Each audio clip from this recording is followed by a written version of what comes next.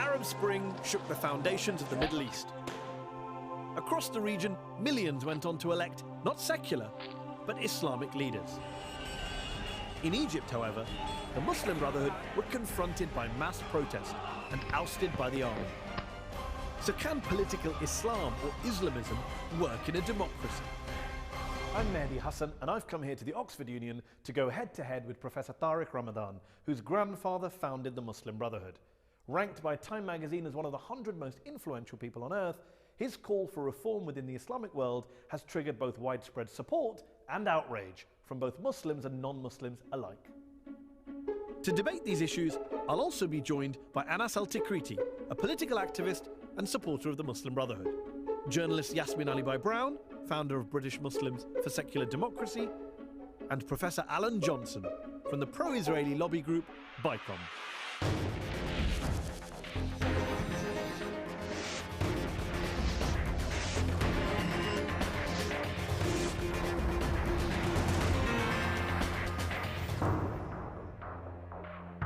Ladies and gentlemen, put your hands together for Professor Tariq Ramadan.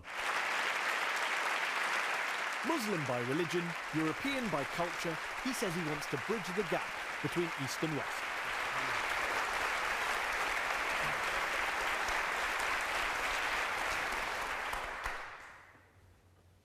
Tariq, how political is the religion of Islam in your view? Is it possible to take politics out of Islam? I would say we should never, ever distinguish or separate or divorce politics from ethics. And ethics has to do with religion. The point for me is never to come with religion as a dogmatic understanding, a dogmatic system, and imposing onto politics religion. How do you define the word Islamism, and how do you distinguish it from the religion of Islam? This was, in fact, a concept that came from within the Muslim Brotherhood in the 50s in jail, where a group of people was saying the only true Muslims are us, and Nasser is no longer a Muslim.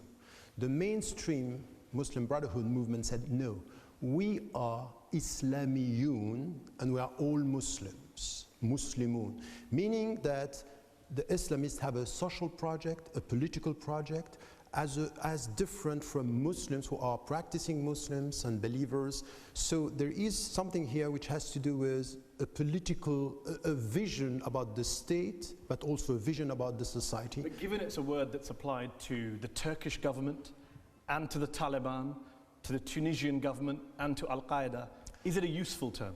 That's the very good point. I think that we need a qualification. Today, when we speak about Islamism, we don't know what we are talking about, because this is what is coming sometimes from the West and sometimes from secularists in Muslim majority countries saying, you know what, at the end they are all the same. They all want what bin Laden wanted. So when people in the West in particular, but not just in the West, in the Muslim majority countries as well, talk about the threat of Islamism to democracy, to human rights, is that something that you disagree with? Do you think that's an excessive criticism, an unfair criticism? That's based on nothing but projection and nonsense. They have a selective approach towards democracy.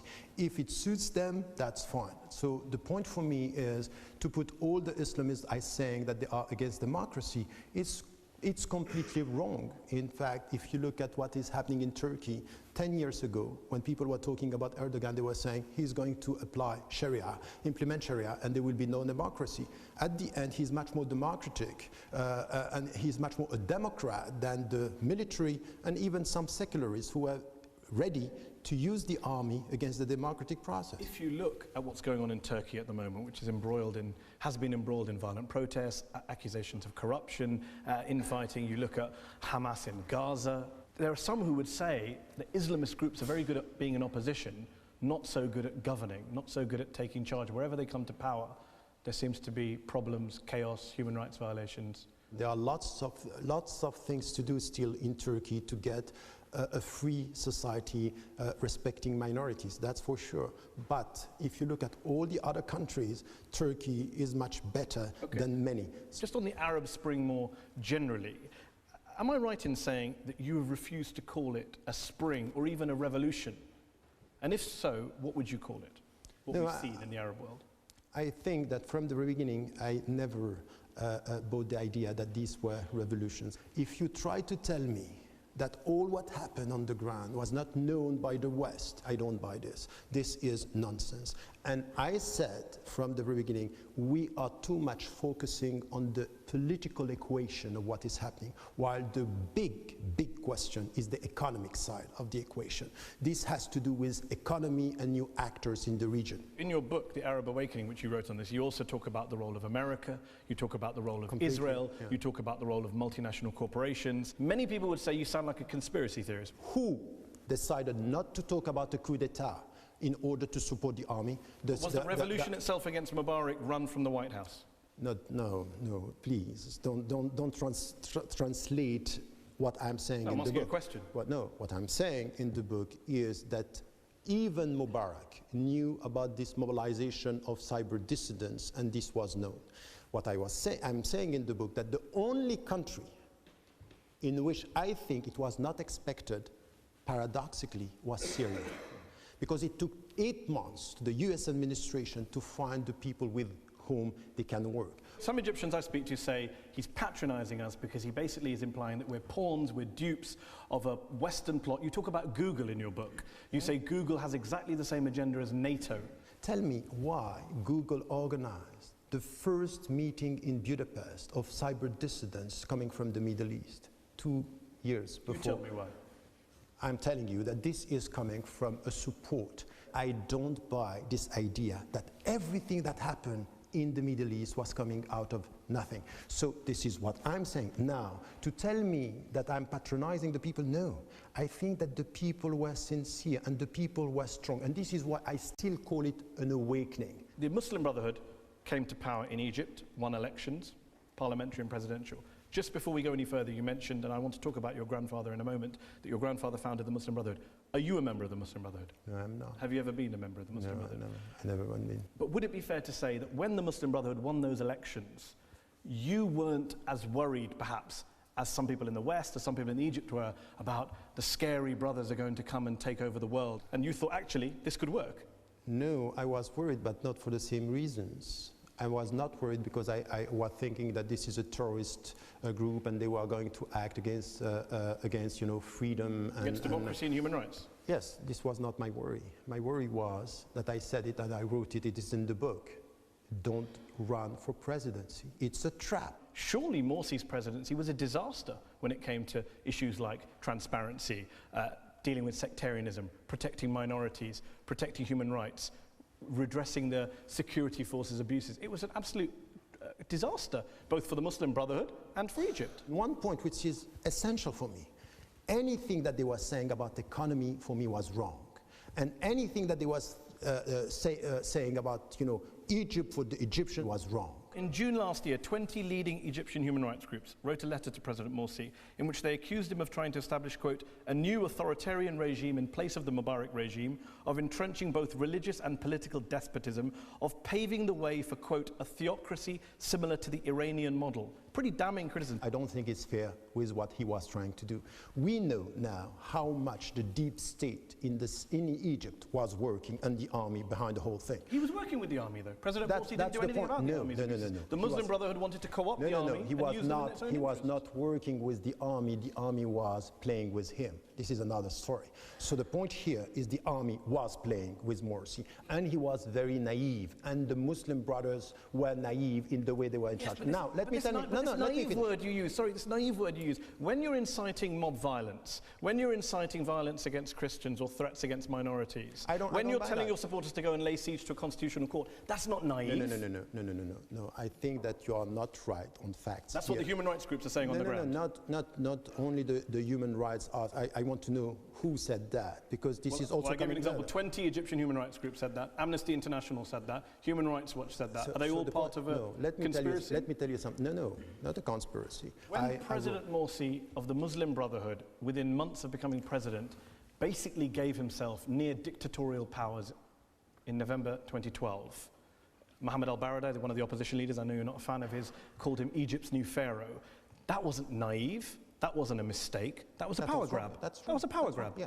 That was wrong. But I am telling you, after all what happened in Egypt, in 1 year, to try to change the country without taking into account the role of the other players. That's a very valid point. That's the only thing that I want to say. Let's deal with the actual toppling of him.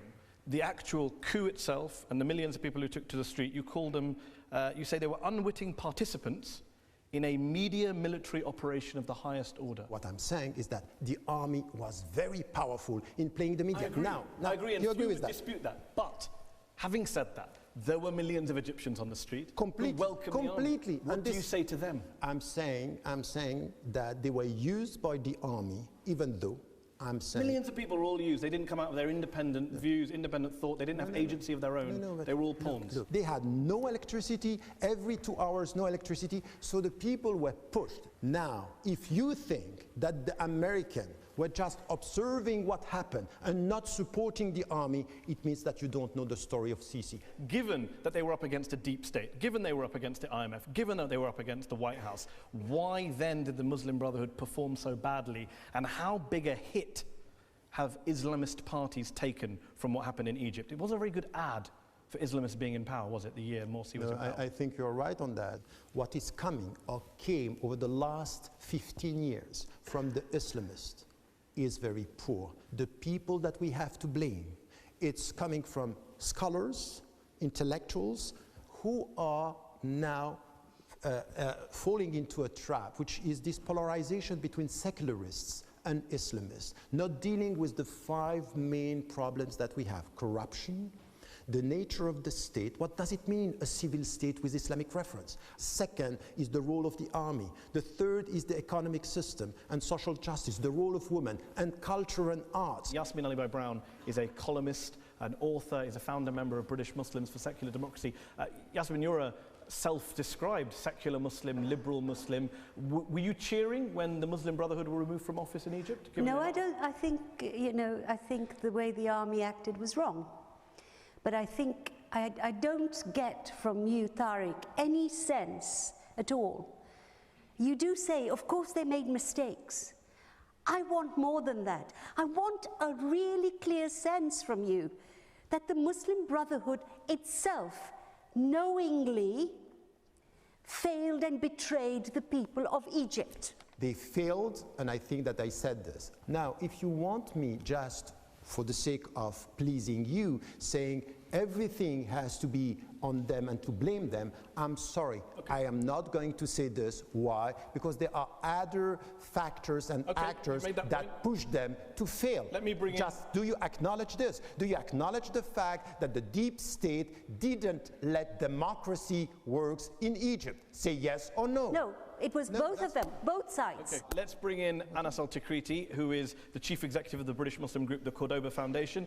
His father is one of the leaders of the Muslim Brotherhood Party in Iraq, I believe. Anas, do you share Tariq's said he has criticized Muslim Brotherhood mistakes, human rights abuses. You would accept that the Muslim Brotherhood in Egypt did a pretty bad job in that 12 months on their own. Put aside all the army abuses, put aside the deep state stuff, we acknowledge that. We can agree on that. Considering all the constraints and all the limitations and the time frame that they were offered, I think that they actually did quite well.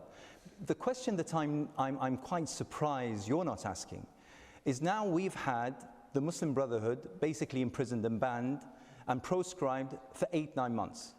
Egypt is in 100 times more worse situation than it was a year ago. It's officially bankrupt. It's on the verge of civil war. There are abuses like we never saw during the time of Mubarak. 20 Egyptian human rights groups who were involved in the revolution wrote a public letter in June last year saying what is happening now is as bad as under Mubarak, under the Muslim Brotherhood. That's pretty shameful. The Muslim Brotherhood guys were in prison under Mubarak. They take power and then they start carrying out human rights abuses. How does that work? Amnesty themselves acknowledged the fact that during the time of the issuing of that report, there was not one single political prisoner. At this moment of time, we have 13,000 political prisoners. Amnesty International itself acknowledged the fact that during the time of Morsi, in terms of, you talked about sectarianism, there were precisely 2 churches that were burnt. And precisely 12 Christians, far more attacks on Christians. 12 Christians that were killed. No one knows by whom. On the Muslim Brotherhood Facebook page, were there or were there not all sorts of incitement and threats made against Coptic Christians in Egypt? I honestly, Mahdi, have never ever looked up the Facebook page for the Muslim Brotherhood. Seriously. No, I'll tell you. But I'll tell you this. But Mahdi, I'll tell you this. No, I'll tell you this. At no stage in modern time Egypt were the Christians given as many seats like the time of Morsi. Let's bring in Professor Alan Johnson, who's a writer and an author. He's a senior fellow at BICOM, the Britain-Israel Communications and Research Centre. Do you want to respond to what you've been hearing from Anas? I think what we're hearing tonight is people who are in denial about the scale of the defeat that Islamism suffered in 2013. It took communism 70 years to show it was an exhausted political project. It took Islamism 1. Let's register for ourselves how far they fell. Do you deny the point Tariq has made that there were also outside forces involved? That the United States government wasn't neutral in this, that the deep state that Tariq identifies wasn't neutral in this. The Muslim Brotherhood weren't operating on their own, were they, surely? I'm sure that the Egyptian army, from the moment Morsi was elected, were planning how they could regain power. That's what that Egyptian army do. We certainly agree on that. Good point. But let's, as we're talking... Isn't that quite a crucial point if you're evaluating? That's the main point. It's certainly part of the picture. If we're talking about Islamists, remember how high the hopes were at the beginning of the year. This was going to be some sort of equivalent to Christian democracy's role to modernize, to democratize. It was going to be a whole new historical phase in which Islamist forces, Muslim Brotherhood led or influenced, were going to take the region into a new world. We are so far from that now. It will never be glad morning ever again for Islamism. You often get very upset when people raise the issue that you're the grandson of the founder of the Muslim Brotherhood. Do you think that's unfairly raised? I'm proud of who he was and what he did. I don't have a problem with this. Very often when the people are labeling me as the grandson, they haven't read about him, they don't know about him, and they have this very simplistic picture. Yeah. He was an Islamist, a backward against the West. I say, I'm sorry, before telling me as an insult that I'm the grandson of Hassan al-Banna, you better read a bit about him. People who have read about Hassan al-Banna say that in addition to all the things you say about him, he also took inspiration from European fascist movements, from Hitler, from Mussolini. Nonsense, rubbish. He said exactly the opposite. He praised the, quote, German working man Hitler for, quote, immense impact on world politics. He praised the German Reich for protecting German blood in their veins and said Muslims should do the same. That's not true. Write that. No, he didn't. No, that's completely the opposite. I'm not pretending to be an expert on Hassan al-Banna. You are. Jessica Stern of Harvard University, who has written a great deal, several books on Islamism and extremism, she says that al-Banna was, quote, strongly influenced by revolutionary totalitarian movements and a fascination with violence. The Brotherhood established links with Nazi Germany, had a paramilitary wing which took on fascist-like slogans and practices. Is she wrong? That's She's completely wrong. This is where you have something which is propaganda. So this is clear. So when he wrote in 1935 in Our Message, a pamphlet, that Islam has ordained, quote, the conquest of countries and has, quote, set out conquerors to carry out the most gracious and blessed of conquests, what was he referring to? No, he was talking about, the expansion of Islam. So this is something military conquest? No, not military conquest. But he was saying, we will resist the Zionist project in Israel. If you want me to tell you about the organization and why I disagree is the way this was translated in political terms within the organization, and this is why I think even the Muslim Brotherhood today haven't evolved enough from this position. Well, on the Muslim Brotherhood today, just going back to our panel very briefly, Anas, you mentioned the locking up of the Muslim Brotherhood, the prescription, declaring them a terrorist group. Is the Muslim Brotherhood now finished in Egypt? Actually, it's funny you should ask that, because the only winner that comes out of this is the Muslim Brotherhood, and I'll tell you why. Just before Morsi was toppled by a military coup, surveys showed that his popularity had fallen to below 20%. The military coup and the subsequent crackdown on the Egyptian people have actually pumped up the popularity of the Muslim Brotherhood and of Morsi. The military coup, in a very ironic and funny way, has come and salvaged the Muslim Brotherhood. Okay. Actually, Morsi is quite popular. Well, let me bring in Alan Johnson. Tariq Ramadan says the people who bring up the Muslim Brotherhood's past and accuse it of being extremist, of undemocratic, are engaging in propaganda. It's always propaganda, though. You can never nail Tariq down. It's always, I didn't say that, they're a propagandist, don't believe them. Look, there's book upon book upon book about the links between Islamism and the interwar period and European fascism. It's a very important point here. Do you believe the Muslim Brotherhood today is a fascist organisation? No, but I think there's a problem with democracy. In 2005, the Muslim Brotherhood's supreme leader said this about democracy: it's like a pair of slippers. You put them on when you go to the bathroom, when you get there you take them off. Yasmin, you're nodding there. Is that? I think that's true, and I think what's happened to the Muslim Brotherhood, as we know in most Islamic countries, politics and democracy stops when somebody comes into power. Which countries are ruled by the Muslim Brotherhood, Yasmin? No, I'm just saying they're persecuted in every single Muslim country. So I do agree with you that we could have waited for that. Hamas is regarded as an offshoot. And Hamas is a very important point. Listen, since 1991, when Islamic parties were allowed to be part of the democratic process, they took part fair and square. And on every single occasion, they won fair and square. And on every single occasion, they were then stifled and driven to the extremes, such as the case in Hamas. The world did wrong by Gaza. When Hamas won fair and square and then they isolated Gaza, what they did, they proved to every single one who belied, who did not believe in democracy, that actually Al-Qaeda was right. Al-Qaeda are right. That didn't justify the Hamas mismanagement of Gaza or the human rights abuses in Gaza, did it? What human rights and what There are no human rights abuses in Gaza. Hang on. Has Hamas committed human rights abuses in Gaza? Yes or no? I'm pretty sure they have, similar to every single surrounding country to Gaza. Well, that's an answer. No, Tariq, we've got to go to... Go on. I have a problem with the way you are asking questions. I'm because sure you do.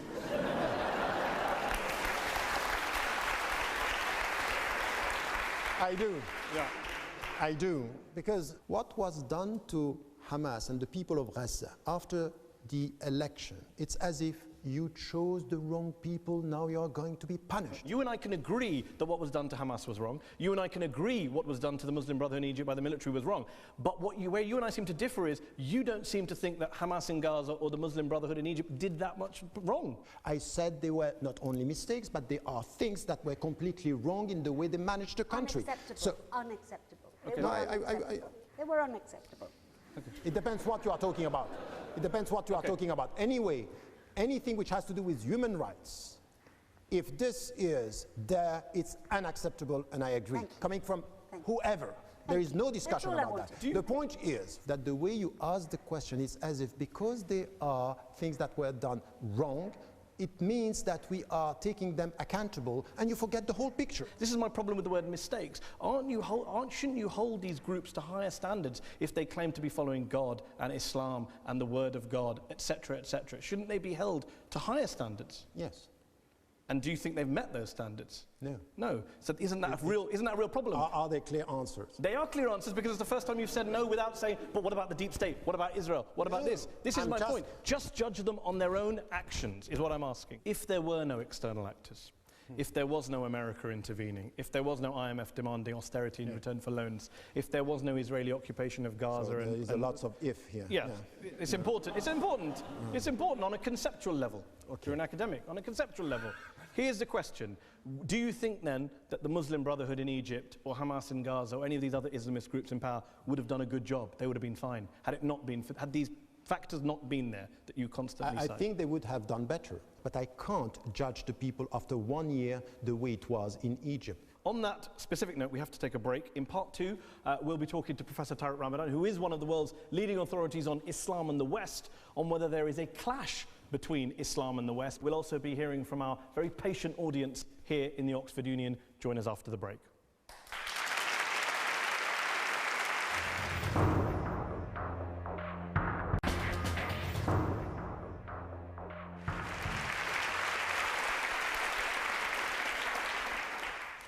Welcome back to Head on Al Jazeera. We're talking about Islam, Islamism, political Islam, with Professor Tariq Ramadan, one of the world's leading Muslim thinkers, professor here at Oxford University. Tariq, is the religion of Islam in need of a reformation in the same way that European Christians underwent a few hundred years ago?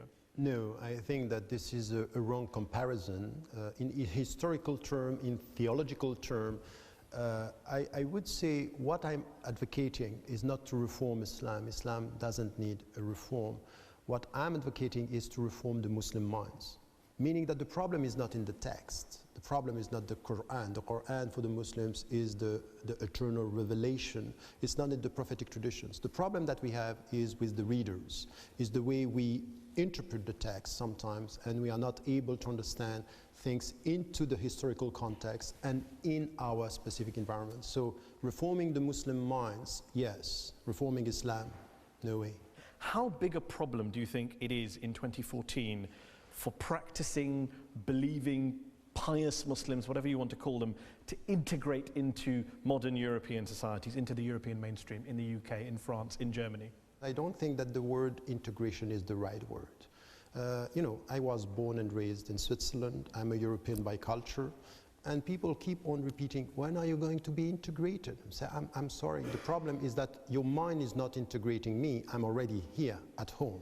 The success of integration is to stop talking about integration. So we are in the post-integration process, and we are dealing with people who don't want, in fact, to acknowledge the fact that Britain, that Germany, that France, that the States are pluralistic societies where Muslim citizens are part of the future of the country. Is there no clash at all between so-called liberal, secular, Enlightenment values of Europe and, on the other hand, Islamic values, Islamic principles, core Islamic beliefs? There's no tension? No, there is no tension. There are tensions between dogmatic minds.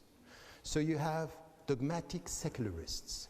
They look at secularism as a new religion. They are transforming the legal system into a new religion. And they are telling you this is the only way to be free, is to be free the way we are. There are genuine clashes going on the ground between people who are not far right-wing Islamophobes. Such as what?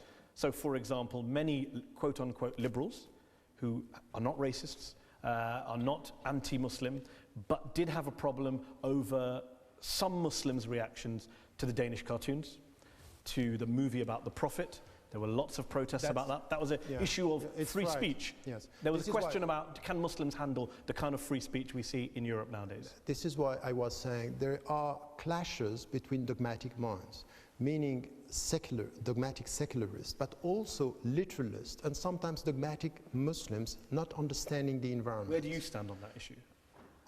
I stand in the middle. So, that. In the so middle what does that mean in practical terms? Would you have supported a ban on the Danish cartoons? No. I was exactly at the time the cartoon crisis started in Denmark. And I was saying to the Muslims, look, don't react to this. Take an intellectual critical distance. Tell, we don't like it, and leave it. You don't have to apologize for being Muslims. Now you have to understand two things. First, you live in a country, and it's not only important to be a citizen. You need to get two things that are important. You are talking about the standards. Ethics of citizenship, knowing that you don't only have rights, you have duties. And the duties is your contribution. And the second thing is the sense of belonging. And the sense of belonging is the 3 L's that I'm talking. Know, abide by the law of the country, know the language of the country, and be loyal to the country. You can abide by the law and also call for it to be changed. Gender segregation in the form of separate seating for male and female students at public events, in particular Islamic societies, become very controversial in this country. Where do you stand on that? My position on this, from an Islamic perspective, is that nothing is imposing into the Muslims to separate in public venue. This is what I said 20 years ago, 25 years ago, 30 years ago. I was saying this to the Muslims. Go ahead, there is no problem. I think that this is not the business of the government. Let's talk Sharia law, a big subject in the West. Sitting in that very seat, not very long ago, your fellow Oxford academic, atheist-in-chief, Professor Richard Dawkins, told me that Sharia law was a threat to human rights because, among other things, one of the things he cited was that under Islamic Sharia law, if you try and convert away from Islam, to convert to Christianity or Judaism or atheism, the punishment is death. Yes, the problem with Dawkins is that he has to learn much more about religions and Islam. He is as knowledgeable in science that he is ignorant in religions. What he's saying about Sharia is coming from media articles. It's not coming from an in-depth study. There are Muslim majority countries that have the death penalty of apostasy on their statute books, are there not? Yes, but this is what, once again, if you take one interpretation and you can do whatever with Christianity, Judaism, and even Buddhism, You can just have very dogmatic views. You have to take the whole picture and to study. For me, Sharia is not a set of law. Sharia is a way. It's a way towards faithfulness and principles, and it has to do with dignity and justice and freedom. But I understand that in our societies in the West, the word is used in a way, and sometimes, you know, literalists are using it in Muslims. a very, yes, exactly, and this is where we need to have an internal debate. Another capital punishment under quote-unquote Sharia law is often the punishment for adultery, that if people cheat on their partners, in some Islamic countries the penalty is stoning. And you got into a very heated argument back in, I think, 2003 when Nicolas Sarkozy, who later went on to become president of France, in which he demanded you condemn it and say it was wrong, and you would only say that you support a moratorium, a temporary halt to stoning of women in particular in the Muslim majority world. A lot of people said that was a cop-out by you. Why didn't you come out and say, no, it's wrong, in the same way that you said apostasy, death penalty is wrong, it's also wrong for adultery? There are texts in the Quran talking about corporal punishment and death penalty. And there are texts in the prophetic tradition talking about stoning. My position on this, what do the texts say? What are the conditions in which social and political context? And we need to have an internal debate. While you're having the debate, why not state your position, which is? I'm against this. Why? Because it's wrong, or because it's outdated, or because what's the actual reason? Because all the conditions and the understanding, the very essence of the text and the objectives is not respected if we implement this. I'm not saying it to please Sarkozy or to please a Western audience. I'm saying it in the name of Islam. Alan Johnson is a journalist. You wrote an article recently in which you accused Tariq Ramadan of being a coward for only calling for a moratorium on this issue. He says he's trying to win a debate within the Muslim community. You're saying he's a coward. Yes, I mean, I'd like to know what the... Great. Yeah, I think it was cowardly. I don't think when women are being stoned, I think it's up to Democrats to take a firm position and take a stand and stand up for those women who are being stoned. Muslims are integrating, there's a silent revolution going on. You're not offering those people who are trying to make that silent revolution anything useful. My position on this is from within the universe of reference as Muslims to move on.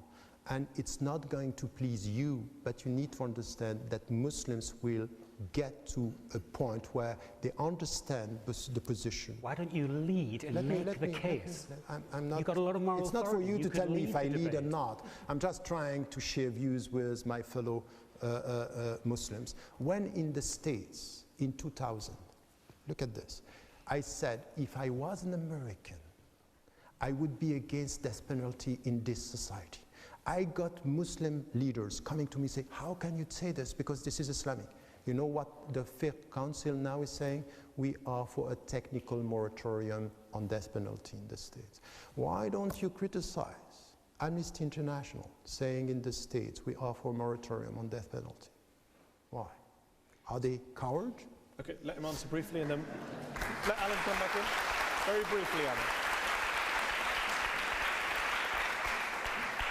So you say it's not an issue in the UK of stoning, absolutely right. But many things that are issues, let's take for instance, you write a foreword to a book of fatwas by Qaradawi. Qaradawi stands for, it's okay to beat your wife as long as you don't leave a wound. On many issues, I took position against Qaradawi's position. This is written, and I said it to him, and him publicly, he was against my position. Now, let me tell you something, that for anyone who is living in the West, Yusuf al-Qaradawi, with his contribution, made this Muslims in the West understand better their religion and their relationship to the West. I'm not supporting all his views, but I would never let anybody say that all what he did after 50 years working in the Islamic field, that he's the one who is a dogmatic mind. Let me bring in Yasmin Aliwa-Brown, journalist, author, founder, member of British Muslims for Secular Democracy. Yasmin, a lot of people, Muslim and non-Muslim, say Tariq is part of the solution. Tariq is helping Muslims modernize, reform, etc. And others, like Alan, say he's part of the problem, he's not part of the... Where do you stand? I admire a lot of what Tariq has done, and some of what you said was persuasive. But I do want to hear from you that there is no moratorium on stoning. It is wrong, and it should never happen. I want to hear a direct sentence like that. Go on, then answer the question. Can you give her that sentence? No, I'm not going to give this sentence. I'm going to give you... That's what's wrong. No. That's what's wrong. No, what is wrong is the dogmatic way you put the questions. This is dogmatic way. No debates, just condemn. Let me tell you something. Anybody is wrong. Let me tell you something. Between you and me, as if there is nobody here, even stoning is problematic, relying on the scriptural sources.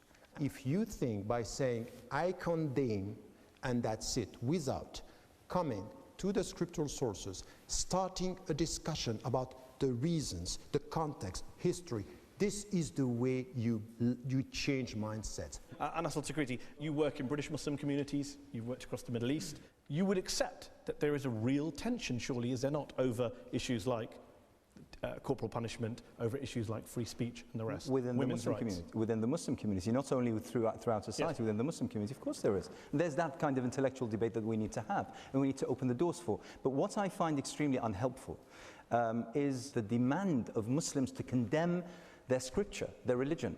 We don't go around demanding of Christians to condemn the Bible. We don't go around demanding of Jews to condemn the Torah simply because there is something there. Something there. If taken out of context, it doesn't fit with my taste and preferences in 2014. It is simple to me. Well, killing a person and stoning a person is wrong. Is there a scale whereby we say that injecting someone in Texas and leaving them to ride to death is, well, are you demanding of the American government to say that it's wrong? Do you have that kind of debate? Do you have that kind of debate? You see, the thing is, I mean, either we have, I think what Tariq Ramadan has said, and I think that is something that we should take stock of. There is an internal debate. If we shut down the public debate, that internal debate will stop. Simply because what will happen is that people will start pointing to Tariq Ramadan and accusing him of being a sellout. We can't have that. There are certain issues with British society, which is my society, my kids' society, yes. By the way, which I totally disagree with. But I allow there to be a debate, a social debate over time, so that we come to a particular point whereby smoking is not allowed in public places, whereby alcohol is not sold after a particular hour, and so on and so forth. We need time, we need to allow for that debate to take place. We need to give it oxygen. We mustn't be hypocritical about this. Okay, we must understand more, we must know what we're talking about. Okay, well, let's bring in...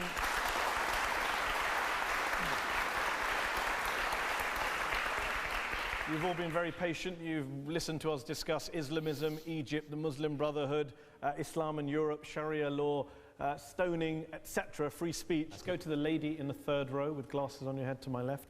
Hi, you discuss in your writing the necessity of shifting authority within the Islamic world today. Where do you think the authority should lie, and what are the necessary qualifications of authority? If we look at what is happening in the West today, we have sciences, but there is a lack of ethics. And you can't just ask the Muslim scholars to come with the Quran and the Sunnah and to give us the final word in sciences. They have to rely on other scholars, and this is why I don't call them specialists. I call them ulama. Ulama al-waqi' was-siyaq, meaning these are people who know about science, medicine. And in medicine, Muslims did very well. They are sitting together and they are coming with legal opinion. They rely on the knowledge of the medical doctors. I want us to do the same when it comes to food, when it comes to everything which has to do with experimental sciences and also human sciences. And I think that there is a problem. We have a problem of authority. There is an authority crisis within the Muslim majority countries and the Muslim world. Let's take one question. Gentleman there in the tie. Actually, I have a unique question about what's the dealing, right? Do you think that the West are dealing with the Egyptian incidents differently with the what happened in Ukraine, and what's the reason for this? I think it's quite obvious that the West is dealing with, or has been dealing with, the Muslim Brotherhood and what happened in Egypt in a way which was not fair for the people, the civilians who were killed. Islamists are perceived as a danger, a threat. The question is not to know if Muslims are ready for democracy. The true question is the West ready for Muslims to experience democracy? Gentleman here. Yeah, thanks. Yeah, I just arrived from Egypt, and one question I'd like to ask you, which I know many Egyptians would like to know, is how do you compare the leadership of the Muslim Brotherhood in your grandfather's time with the leadership today, do you think that the Supreme Guide, now in prison, does he have the same kind of management and leadership style as your grandfather, or did the Muslim Brotherhood somehow lose the plot or deviate from your grandfather's thinking at some point? He was clearly a charismatic leader with full of religious knowledge, and he was a religious reference. He had a vision, and he was very pragmatic. So this is one thing. Now, he had lots of power within the organization. Very old people were running the Muslim Brotherhood. The council was made of people that we can question the competence when it comes to the political understanding and the political decisions. So I would say that some of the young people within the Muslim Brotherhood were challenging this authority by saying, you are out of touch. You said at the start you don't believe they're a terrorist group or a violent organization as some of them. Do you think that's become a self-fulfilling prophecy? No, I think that they are pushed to become to be radicalized, which, by the way, is exactly what Nasser did in the 50s. Today, more than 30,000 people are in jail. There is torture. People are killed, and this is just unacceptable. Anyone in the West who is supporting democracy should be clear that this has been condemned, and we cannot support anything which has to do with the Sisi. Sisi is a dictator and is as bad as Mubarak. That's full point, no discussion. And anyone who is playing with this, I would say double kill. And yet he has amazing high approval ratings from Egyptians. That's a problem. He will get 99% or 98% because they love him. It's a democratic election. You buy that? No, I'm not talking about free and fair elections. I'm talking about the fact that he is clearly a popular figure in Egypt. You wouldn't deny that? No, I think that he is popular. That's the problem. That's true. Okay, let's go to the audience here. Gentleman there with his hand up. A lot of the criticisms you have of the Brotherhood appear to be tactical, appear to be strategic, appear to be organizational, appear to be structural, intergenerational. What do you disagree with them in terms of objectives and goals? Where do you lie with, okay, their broad vision and goal, and what are your specific, clear-cut disagreements with them in that regard? The vision of the state and the discussion about the state, what is the civil state with the Islamic reference, I have a problem with this. The economic choice, which type of economy, I think that the problem that I have is that what I understood from the very beginning of what was the vision of political Islam was something which was close to liberation theology. It's not there at all. Okay. So no, sorry.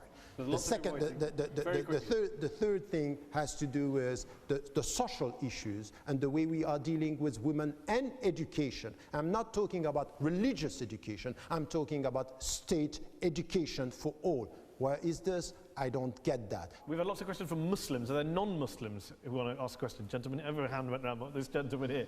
A Sudanese legal scholar and human rights expert once said that the safest place for a religious person, and he included Muslims in that, is a secular state. Do you agree with that claim? It depends the type of secular state you have. Why? Why? Because China and Russia were secular states where being a religious man or woman was for you to face discrimination. So don't idealize a secular state. If I had some of the French people in charge as secularists, I would go and get out of France, because the way they deal with secularism is just a new dogmatic religion. Okay. So if by this you mean a secular state where all the religions are treated equally and they are treated by law, what I'm expecting from Britain, what I'm expecting from France is to apply the secular system 100% equal rights for all. Okay. If this is what you mean, yes. Lady there with the scarf.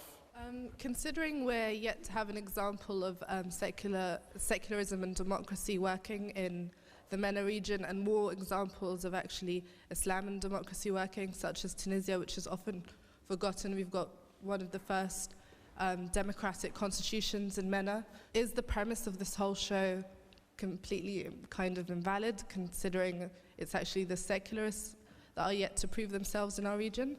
Secularism in the Middle East has nothing to do with secularism in the West.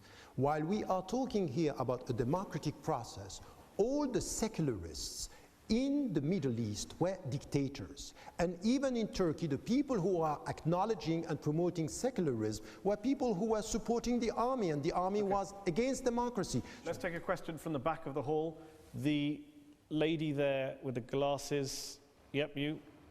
Hi, you mentioned that there was a crisis of authority, and I think that you continue to argue for contextualization, but don't you think an argument for contextualization and then mentioning that there's a crisis of authority will lead us to descend into relativism, and how will you then address a crisis of authority if you're being so relativistic?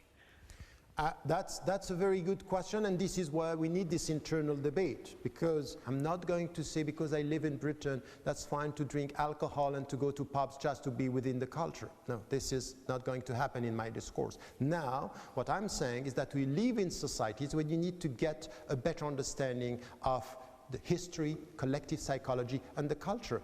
Even in Islamic terms, the term that you have to deal with the environment is al-ma'ruf, known by the people as being good. Let us go for that. Let me finish by asking you this question. You're someone who has written a lot about bridging the so-called gap between Muslims and the West. You're saying there is no gap, Muslims are here, take us seriously. Is there one thing you would say that Islam has to offer to Europe that Europe doesn't have on its own, that Islam can give to Europe?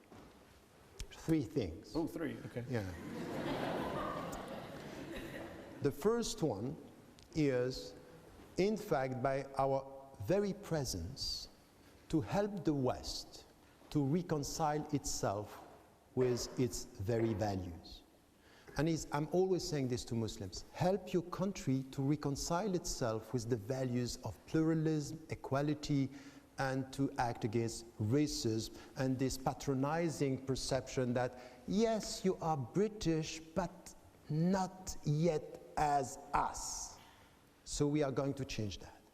And this is our first contribution. The second one is the spiritual side, the very meaning of life, the way they see us practicing, questioning, giving some meaning to our life. This is a good contribution. Life is not about being economically or socially successful, is to get this meaning. So the spiritual dimension.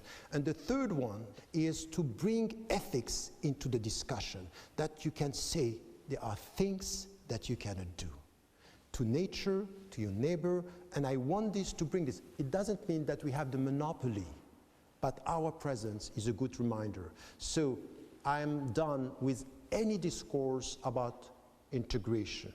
I'm opening the door for contribution, and these are 3 things that are important. Well, on that positive note, Professor Tariq Ramadan, thank you very much for joining us tonight on Head to Head. Thank you for inviting me. Thank you very much to our panel for their contributions. Thank you very much to the audience here in the Oxford Union and to the audience at home for watching Head to Head. We'll be back on Al Jazeera next week. Good night.